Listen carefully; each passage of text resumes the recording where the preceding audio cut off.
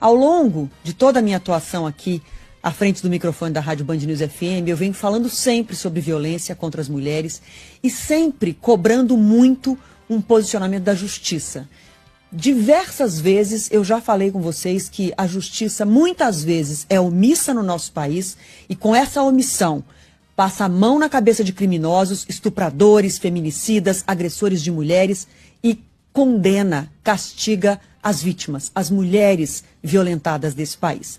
E olha esse dado que nós apresentamos no Canal Livre desse domingo, um estudo da Universidade de Brasília e do Instituto de Direito Público mostrou o volume de ações, de processos que simplesmente prescreveram no Brasil. Todos esses processos de violência contra a mulher.